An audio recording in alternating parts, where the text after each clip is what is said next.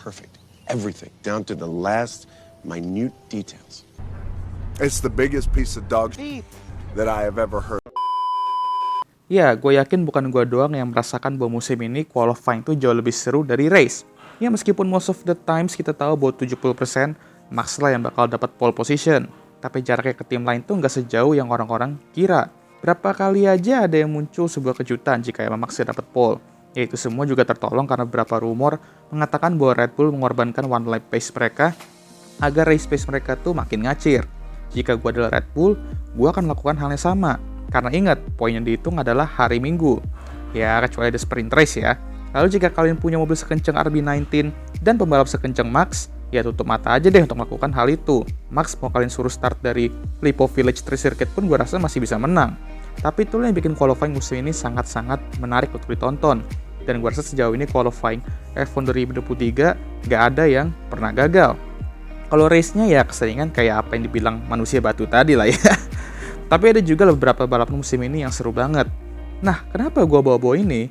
Karena ada satu momen di F1 di mana ada 3 pembalap yang mencetak lap time bagus untuk pole position. Hah? Iya kak bang?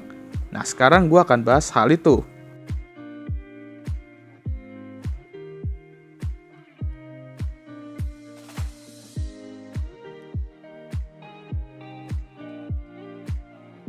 Buset, 3 pembalap meraih pole position? Gimana caranya tuh?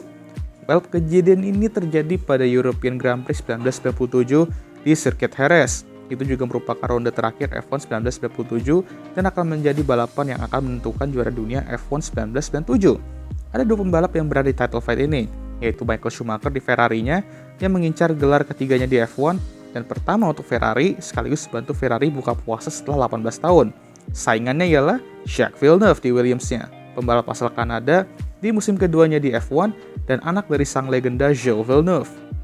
Tentunya Jacques ingin melakukan hal yang tidak bisa dilakukan ayahnya, yaitu menjadi juara dunia. Akan menjadi title fight yang epic ini ya kan? 2 pembalap sama-sama ingin membuat sejarah untuk mereka sendiri. Tentunya kedua pembalap dan tim nggak bisa dibilang mulai melakukan side war sepanjang weekend itu. Jacques memancing media untuk mengingat kembali ketika Michael dan Damon Hill bertabrakan di 1994 Adelaide, yang katanya Michael sengaja menabrak Damon Hill untuk meraih gelar junior pertamanya saat itu. Nah, Michael tentu menyangkal hal-hal tersebut, dan dia bilang bahwa dia ingin berduel dengan Jacques fair and square, dan bukan karena tabrakan-tabrakan yang disengaja. Sementara Ferrari melakukan side war dengan menggunakan Eddie Irvine untuk ngeblok Jacques di free practice. Langsung kesel kan Jacques, tapi di saat yang sama, ini adalah kesempatan dia juga untuk ngegoreng di depan media sosial. Taktik Michael dan kawan-kawan di balapan ini. Nah, langsung aja kita ke qualifying.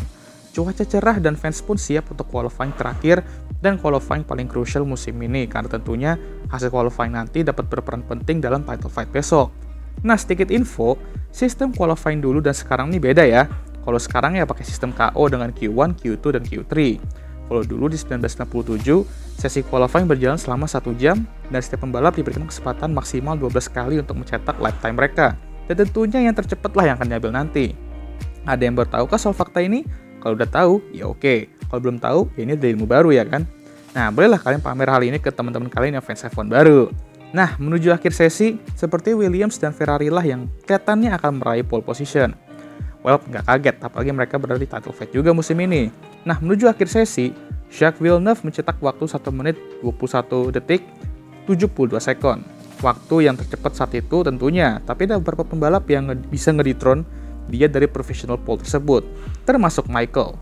Michael lalu menuju finish line untuk menyelesaikan quali lap-nya yang terakhir, dan surprise, dia pun juga mencetak waktu 1 menit 21 detik 72 sekon. Dan cuy, ada 2 title protagonis meraih lap time yang sama di qualifying terakhir musim 1997 ya kan? Dan jika kalian mengira semua berakhir di situ, belum. Karena pembalap Williams yang kedua, yaitu Heinz-Harald Frentzen, akan segera menyelesaikan lap terakhirnya dan 1 menit 21 detik 72 sekon juga. Jadi itu berarti 3 pembalap mencetak lap time yang sama ya kan? Dan cuy, tapi jika kalian kira semua berakhir di situ, wah, apalagi nih? Damon Hill, sang jurdun bertahan di Arrows-nya, saat itu juga OTW mencetak lap time yang cukup bagus untuk pole. Waduh, apakah hal yang sama akan terjadi? Nggak mungkin lah ya.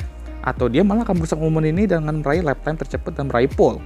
Well, tidak, karena dia ketahuan oleh yellow flag di akhir lapnya. Okay, sorry.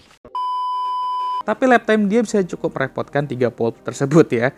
Jika nggak ketahuan yellow flag, mungkin dia bisa aja dapat pole. Dan pada akhirnya, dia harus puas dengan posisi keempat dengan jarak 58 sekon.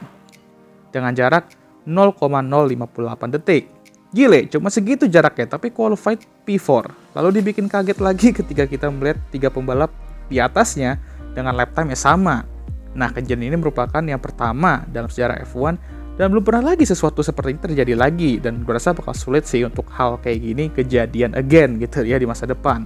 Bayangin aja, 3 pembalap cetak lap time yang sama untuk pole lagi. Kurang edan apa itu kawan? Nah bang, kan ini 3 orang mencetak lap time tercepat. Siapa dong jadinya yang pole? Masa 3-3 ditaruh di grid start nomor 1 ya kan pas balapan? Ya kali bro, ya simple aja. Coba gue mau merefresh memori kalian nih. Siapa di antara mereka yang mencetak lap time duluan? Nah, coba gue kasih kalian waktu 5 detik untuk menjawab pertanyaan tersebut. Lah bang, padahal bisa di-post loh. Ya juga ya. Tapi anyway, udah tahu jawabannya lah ya. Ya betul, Jacques Villeneuve. Jadi dialah yang dapat pole, karena dia merupakan pembalap yang mencetak lap time tersebut yang pertama ya. Oh gitu tuh, jadi karena Michael merupakan pembalap kedua yang mencetak lap time tersebut, berarti dia bakal start dari P2 kan bang? Bingo, pinter dah kalian semua. Jadi gitu ya sistemnya. Pokoknya kalau ada yang cetak lap time yang sama, yang finish lapnya duluan, dialah yang bakal start terdepan. Nah jelas ya guys, emang gokil sih ini, gak hanya 2 tapi 3 pembalap yang mencetak lap time yang sama untuk pole lagi. Nah, qualifying aja udah kayak gini dramanya. Pas race udah gak sabar semua ya kan melihat apalagi drama yang akan terjadi. Nah pas race kita semua tahu lah ya apa yang terjadi. Knuk-knuk. Siapa tuh? Adelaide 1994. Dih, apaan orang ini Harris 1997? Sekian video kali ini, gimana menurut kalian? Akankah hal yang seperti ini terjadi lagi di masa depan? Tulis komentar kalian di kolom komentar. Dan jangan lupa like, subscribe, dan share video ini. Dan jangan lupa juga untuk nyalakan lonceng notifikasi agar kalian semua tahu ketika gue ngupload video baru. Dan jangan lupa juga untuk follow Instagram gue. Dan ya, video ini akan ditutup oleh